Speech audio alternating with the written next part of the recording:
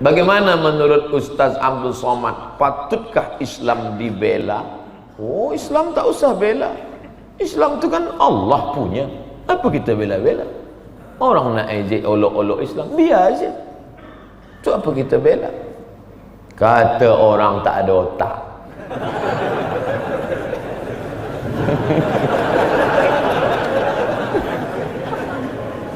Wa idh qala Isa ibn Maryam lil hawariyin, berkatalah Nabi Isa kepada murid-muridnya Hawariyin, man ansari ilallah, siapa yang menolong aku menegakkan agama Allah. Tengok, siapa yang nak menolong aku menegakkan agama Allah? Tak sanggupkah Allah membela agamanya? Innama amruhu idza arada syai'an ayyakula lahu kun fayakun. Lalu untuk apa kita tolong agama Allah ini? In tansurullaha yansurkum. Kalau kau tolong agama Allah ini, Allah menolong kamu. Bukan Allah lemah, bukan Allah tak sanggup menolong agama ini.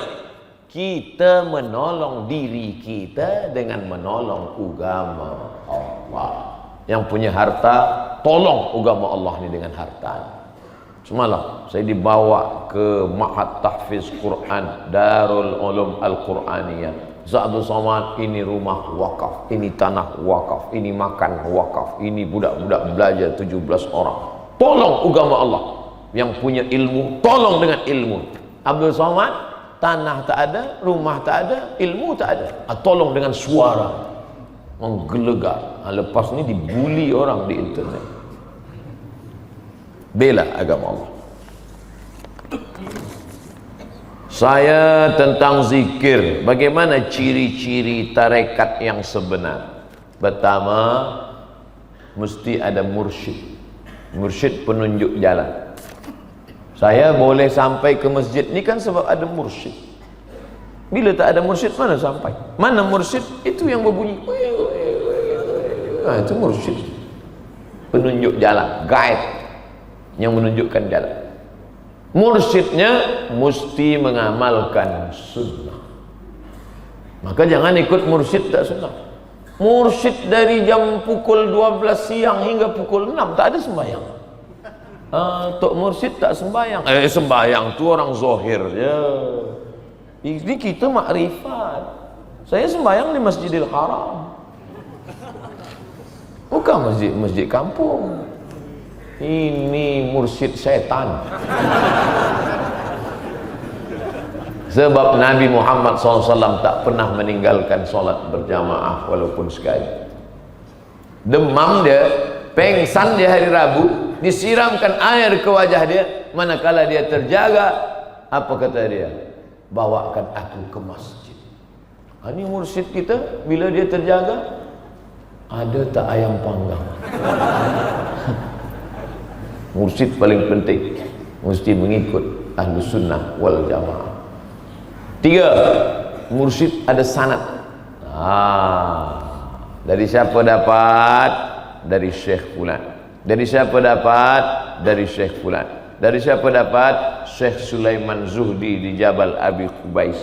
Dari siapa? Dari sampai kepada Syekh Bahauddin Naqsabandiyah. Sampai kepada Abul Hasan As-Syazili, Syaziliyah. Sampai kepada Ahmad Syattari, Syattariyah. Sampai kepada Ibrahim Ad-Dasuqi, Burhaniyah. Sampai kepada Ahmad Al-Badawi, Ahmadiyah. Ini adalah namanya tariqat. Tariqat itu cara, metode. Saya ikut yang mana Ustaz? Ikut mana yang kita rasa selesa, ikut. Ini zikirnya Allah Allah. Naqsabandiyah Allah Allah Allah Allah Allah Allah Allah Allah Allah Allah. Datuk satu hari berapa kali berzikir? 5. Sikit betul 5,000. Allah Allah Allah Allah Allah. Nak tanamkan hati. Sampai nanti puncaknya alladzina yadhkurunallaha qiyaman, tegaknya zikir, wa qu'udan, duduknya zikir, wa ala junubihim. Akhir daripada tarekat ini adalah supaya mati husnul khatimah. Itu saja. Bukan nak kebal, bukan nak jalan di atas air, bukan nak terbang. Siapa yang ingin nak terbang, tak usah ikut tarekat, ikut Superman. Salah niat dia bila ikut tarekat, nak terbang, nak jadi bomoh, nak jadi dukun. Kalau kita takut pada Allah, setan takut pada kita. Makanya dulu sakitlah adik daripada raja di Baghdad, Irak. Datang mereka ke rumah Imam Ahmad bin Hanbal, Imam Hanbali, tolonglah engkau bacakan doa, adik raja sakit. Imam Hanbali tak nak datang, dia kirim saja terompah kayu dia. Bawakan terompah kayu. Bawa terompah kayu, lari setan. Menengok selipar Imam Ahmad bin Hanbal pun takut. Tiba-tiba adik raja tadi balik sakit balik. Rupanya Imam Ahmad bin Hanbal dah meninggal dunia. Ditanya orang, kenapa awak datang lagi setan? Dulu aku takut sebab orangnya ada, sekarang dia dah tak ada. Maka banyak beribadah, takut kepada Allah Subhanahu wa taala. Itu puncak daripada tarekat. Ilahi anta maksudi wa ridhaka matlubi. Bukan orang yang tak faham syariah, berkawan dengan jin, disangka karamah, padahal istidraj, karena berteman dengan jin dan setan. Na'udzubillah. Mengapa banyak yang mengatakan sufi ini sesat? Pertama, dia tak paham. Al-insanu a'da'u ma jahil. Orang akan memusuhi kalau dia tak faham, kalau dia tak tahu. Maka jangan kita tengok dari luar, tengok masuk ke dalam. Tengok apa yang mereka buat. Ustaz pernah ikut, ya. Saya ikut berkhalwat. Apa kerja dalam khalwat itu? Zikir saja. Pagi, petang, siang, malam, zikir saja. La ilaha illallah, la ilaha illallah, la ilaha illallah. Tapi kalau ada menyimpang, yang salah itu adalah orangnya, bukanlah kajinya. Maka orang itu yang salah, yang sudah memesongkan tasawuf. Tasawuf dari kata sofa. Sofa artinya hati suci dari hasad, hati suci dari dengki, hati suci dari busuk hati suci daripada sum'ah, hati bersih daripada riak. Setelah hati dibersihkan dari segala penyakit, barulah diisi dengan ridha, qanaah, tawakal, zikir, sampai akhirnya Allah menurunkan cahaya ke dalam hati. Cahaya yang memancar dalam hati itulah disebut dengan nurun yaqdhifullahu fi qalbi abdi. Tapi bukan kejap. Imam Al-Ghazali 11 tahun barulah datang cahaya. Ini baru ikut zikir 2-3 malam dah mengaku dapat cahaya. Malam tadi ustaz, saya tengok dalam bilik rumah saya pukul-pukul 2 malam, bini saya tu tiba-tiba bercahaya. Cahaya apa tu ustaz? Bini awak cek handphone awak. Itulah bercahaya. Kita sudah mendoakan kebaikan untuk seorang yang melakukan maksiat, tapi orang itu selalu menyakiti hati saya, lalu saya mendoakan keburukan untuk dia. Bagaimana itu? Basah tapak kaki Nabi, basah selipar Nabi. Di Taif nih kejadiannya, di Taif. Datang malakul jibal, malaikat penjaga bukit-bukit. Apa kata malakul jibal? Ya Muhammad sallallahu alaihi wasallam, tunjukkan bukit yang paling besar, akan aku timpakan kepada orang Taif, rata mereka dengan tanah. Andai yang buat soalan nih hai fulan, tunjukkan bukit mana, kuratakan mereka dengan tanah. Kira-kira apa jawab? Apa kata Nabi? Asallah ayyukhrij min aslabihim man ya'budullaha wa la yusyrika bihi syai'a. Ya Allah, keluarkan dari tulang sulbi mereka anak cucu yang menyembah Engkau dan tidak mempersekutukan Engkau dengan apa. Akhirnya Allah kabulkan doa itu. Taif sekarang 100% Islam. Baldatun thayyibatun wa rabbun ghafur. Ini katanya umat Muhammad, tapi mulutnya mulut Abu Lahab. Doakan yang baik-baik. Ya Allah, beri dia hidayah ya Allah. Dia ejek juga, beri dia hidayah ya Allah. Hilangkan segala penyakit dalam hati. Dia tetap juga buat jahat pada kita, hilangkan sama dia sekali.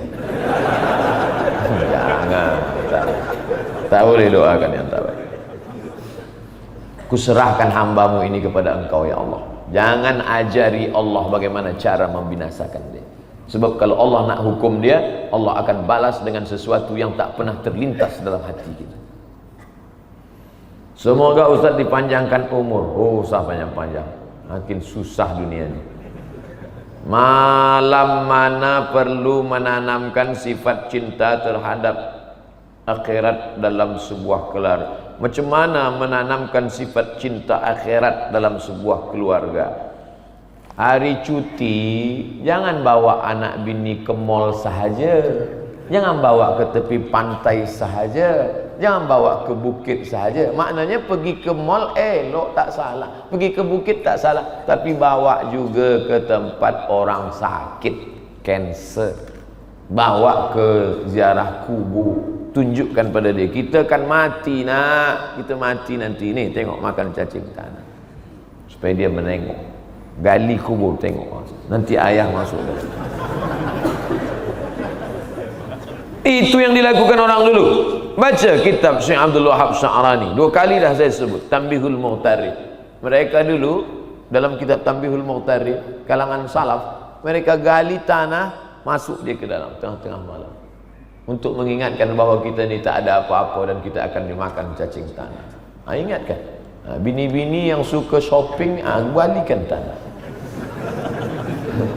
supaya dia berhenti, supaya ingat dia mati. Ingat, saya dulu, supaya saya ingat mati, supaya jangan mabuk dengan dunia ni, mabuk dengan populariti ni, mabuk dengan viral ni, maka saya cepat-cepat kalau ada orang mati gali kubur, saya tengok, saya ambil gambar liang lahat tu, saya buat dalam handphone.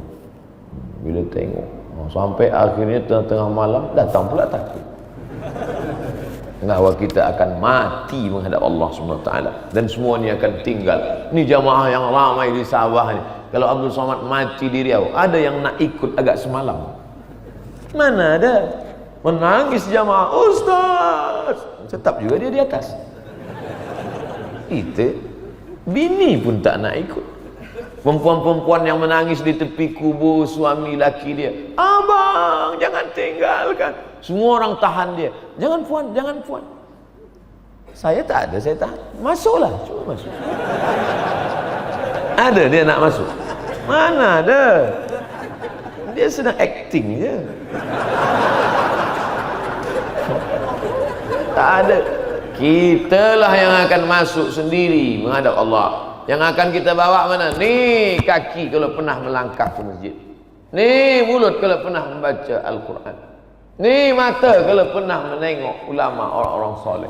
Lain daripada itu tinggal. Ini kita tanamkan, tak hanya tazkirah, tapi terus kita tunjukkan pada mereka.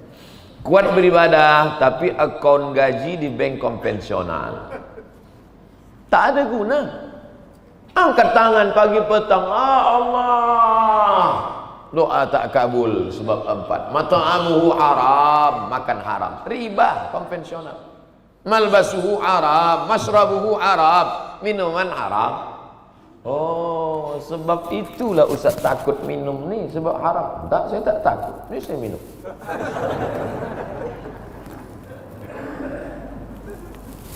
Mata'amuhu haram, masrabuhu haram, malbasuhu haram, konvensional, riba. Bangkit dari kubur macam orang kena ganggu setan. Alladzina ya'kuluna riba, orang yang makan riba, la yaqumuna illa kama yaqumul ladzi yatakhabbathu syaitanu minal mas. Bangkit dari kubur nanti macam orang diganggu setan. Duit dari konvensional ini dibawa ke Makkah. Labbaik Allahumma labbaik, labbaik la syarika laka labbaik, innal abda wan ni'mata laka wal mulk la syarika lak. Apa kata malaikat? La labbaik wala sa'daik. Kau tak dapat haji mabrur, zaduka haram, kerana kau berangkat pergi haji pakai duit konvensional. Maka tak ada perubahan. Balik haji 2-3 kali, tak ada perubahan. Hati tertutup gara-gara haram. Akun masjid madrasah di konvensional. Masjid-masjid apa buat di konvensional? Ada bank rakyat. Bank rakyat konvensional ke Islam? Islam. Bank rakyat, Islamic Bank. Alihkan semua ke Islamic Bank. Salah satu bank Islam yang maju di dunia di Malaysia. Kenapa kita biarkan di bank konvensional? Adakah akaun simpanan di bank konvensional ada unsur riba? Ya, riba. Merasa bangga akan gaji di bank konvensional sebab perbankan Islam yang ada tak secanggih bank konvensional. Kata siapa? Saya bagi tazkirah di bank rakyat Kuala Lumpur. 5,000 kaki tangan dia. Gedung tinggi, hebat, besar. Semua tetamu supaya tegak berdiri. Saya sangka nak menyanyikan lagu kebangsaan Malaysia. Rupanya Ya Rahman Ya Rahim Ya Malik Ya Qudus. Masya Allah, bangga, bank rakyat. Siapa yang akan menghidupkan Islamic Bank kalau bukan orang Islam? Takkan orang lain yang akan hidupkan bank kita. Maka kita mesti balik dari sini, terus saja ke bank, ambil semua duit, alihkan ke bank rakyat. Itulah makna mengaji. Kalau tak, apa guna mengaji? Apa hukum bertaklid kepada mazhab selain mazhab Imam Syafi'i? Imam Hanafi Ahlus Sunnah wal Jamaah, Imam Maliki Ahlus Sunnah wal Jamaah, Imam Hambali Ahlus Sunnah wal Jamaah. Maka 4 imam ini semuanya Ahlus Sunnah wal. Tapi bila saya tadi maju jadi imam, saya pakai mazhab Maliki. Allahu Akbar, tangan saya lepas ke bawah. Mazhab Maliki di Maghribi, Morocco, tangan lepas. Allahu Akbar, tak ada basmalah. Alhamdulillahi Rabbil Alamin Ar-Rahmanir Rahim sampai habis. Kunut dia pula sebelum ruku. Walam yakul lahu kufuwan ahad. Kunut sebelum ruku, tak berbunyi. Lepas sembahyang, makmum berbisik. Assalamualaikum warahmatullahi wabarakatuh. Ustaz Somad ni ISIS.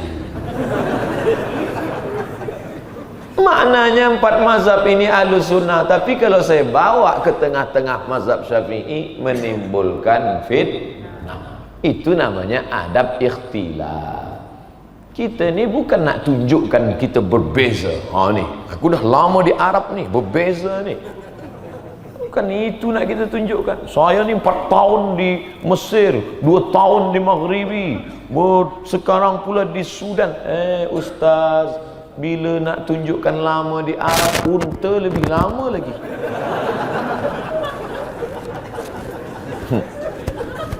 Bila nak tunjukkan beza adalah pada ilmu, bukan nak tunjukkan kita beza dengan khalif tu'raf, menyalahi orang banyak. Apa cara untuk mengatasi perasaan galau terhadap ujian dunia? Contohnya cinta. Cinta. Yang perlu dipikirkan ni bagaimana kita mati husnul khatimah, bagaimana kita selamat dari azab kubur, bagaimana kita boleh lalu titian siratal mustaqim, bagaimana kita tak singgah di neraka jahim, bagaimana kita masuk surga bersama Nabi Muhammad sallallahu alaihi wasallam. Adapun cinta pada perempuan, bunga bukan setangkai, kumbang bukan seekor. Patah tumbuh hilang berganti, hilang satu tumbuh 1000. Apa susah-susah? Ustaz Samad, saya nak nikah dengan perempuan, terus dia tak nak dengan saya, kita cari yang lain. Apa susah-susah? Perempuan banyak. Saya je yang tak handsome, yang kurus, yang hitam, umur dah 42 tahun. Banyak orang nak dengan saya. Apa lagi awak yang muda belia? Tengok komen-komen di FB, di Instagram. Apa kata mereka? Ustaz, jadikan aku yang kedua. Ini budak-budak muda ni galau lah konon, susah hati. Saya dah sampaikan ni, bangkitkan semangat. Bila tak juga bangkit semangat, pantai dekat, laut dekat, masuk ke laut. Kita ada penyakit, kita sembuh dengan cara makan daging babi. Jadi apa hukumnya Ustaz? Tak boleh berobat dengan yang haram. Tapi kata Allah dalam Quran, la tulqu bi aidikum ila tahlukah. Jangan jerumuskan dirimu ke dalam kebinasaan dengan tanganmu sendiri. Pilihan cuma ada 2. mati atau babi? Pilih mana? Pilih mati ke babi? Pilih babi. Tak boleh pilih mati.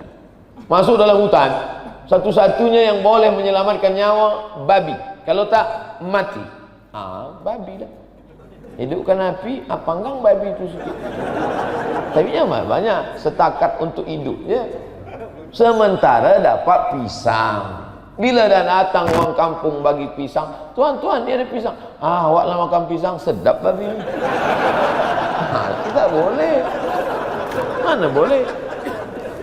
Nama kaedahnya akhaffud dararain, memilih mudarat yang teringan di antara yang berat. Itu namanya akhaffud dararain. Orang tua saya suruh untuk balik kampung, jaga mereka. Tapi saya masih mau kerja di bandar. Bolehkah saya balik untuk ziarah sahaja? Keluarga berapa orang? Anak semata wayang, satu-satunya, tak ada yang lain. Lalu macam mana ini? Maka kalau di kampung ada kerja lain, mungkin gaji lebih sikit. Elok ambil barakah. Gaji besar, di bandaraya dapat duit banyak, tapi boleh dengan gaji orang lain, masakkan dia, siapkan dia makanan, balik kejap bagi tahu, mak, ayah, aku bila kerja di bandaraya ni boleh banyak sikit, nak aku tabung. Sabar-sabar, aku mungkin tiap bulan balik. Wa amruhum syura bainahum. Lembutkan hati dia, jangan tinggalkan. Ada 3 kesempatan. Pertama, kalau ada keluarga lain, minta tolong jaga. Yang kedua, kalau gaji ada sikit di kampung, besar di bandaraya, sikit ambil barakah. Tapi kalau kata orang tua, boleh kau tengok aku agak 2-3 kali dalam setahun, engkau kerjalah, tapi engkau kirim untuk ada seorang yang boleh bantu, musyawarahkan. Jangan tinggalkan, sebab nanti menjadi penyesalan yang amat sangat mendalam sesudah kita mati menghadap Allah Subhanahu wa ta'ala. Kawin tanpa pengetahuan isteri pertama, sah atau tak sah? Tuan-tuan, tuan nikah, isteri pertama tak tahu, sah atau tak sah? Mereka dah jawab.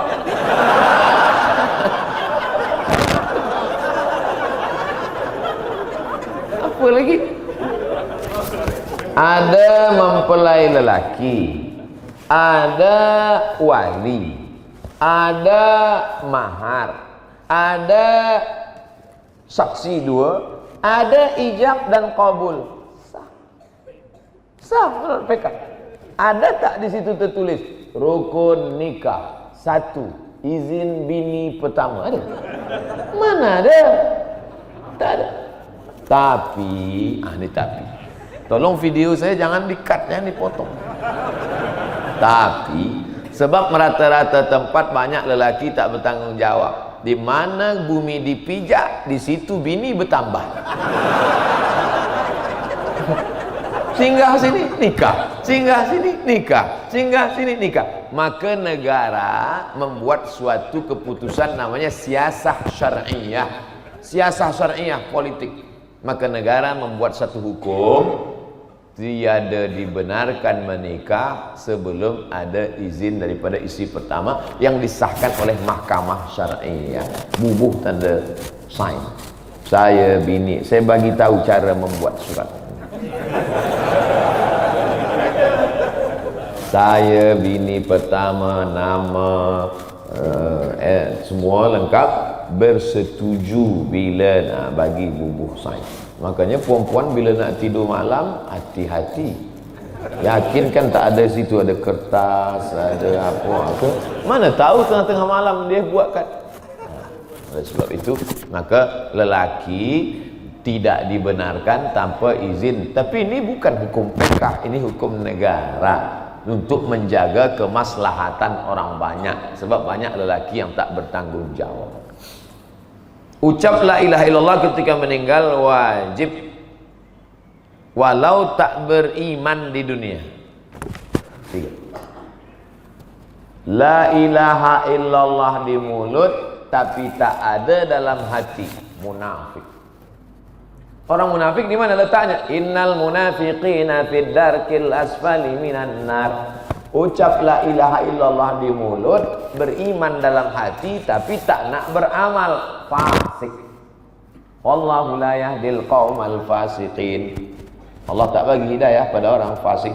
Ucap la ilaha illallah di mulut, ada dalam hati dan beramal, mukmin. Saya ulang sekali lagi.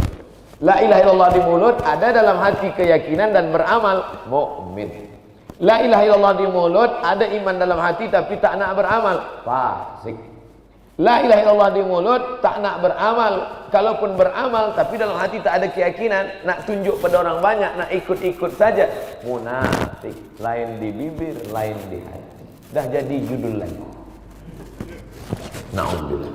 Maka kita mesti jaga supaya tiga-tiga ni sejalan.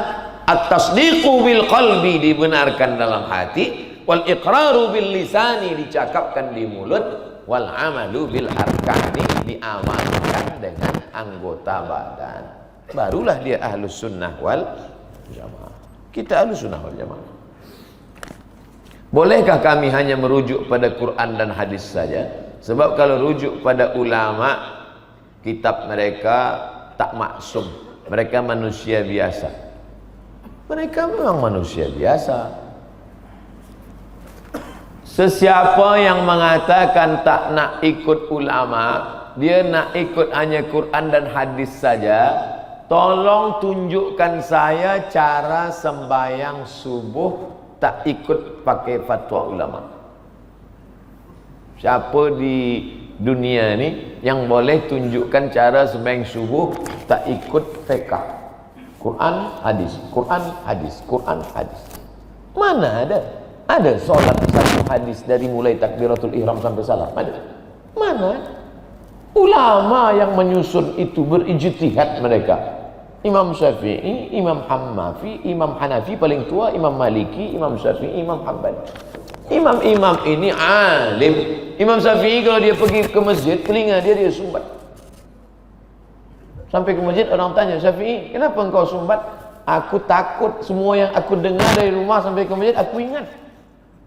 Kita, jangankan yang mendengar, saya yang menyampaikan pun tak ingat apa yang saya sampaikan tadi. Imam Syafi'i 7 tahun dah hafal Quran. Kita, Imam Syafi'i hadis tu semua di kepala dia. Kita, kalau tak ada laptop, hilang hadis. Baca matan hilang sanad, baca sanad hilang matan. Syafi'i manusia, aku manusia. Dia berijtihad, aku pun berijtihad. Syafi'i yang mana? Imam Syafi'i belajar bahasa Arab 20 tahun di Bani Huzail, baru dia boleh faham Al-Quran dan Sunnah. Kita university 16 kali jumpa, itu pun kadang-kadang tak datang.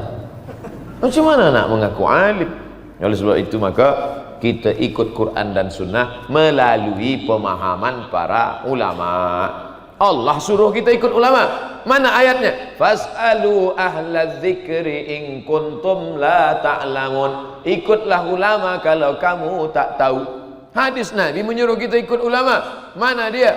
Sahabat pun tak semuanya yang hidup bersama Nabi itu alim. Ada sahabat bertanya kepada Aisyah, ada sahabat bertanya kepada Abu Musa al-Ash'ari, ada sahabat bertanya kepada Abdullah bin Abbas.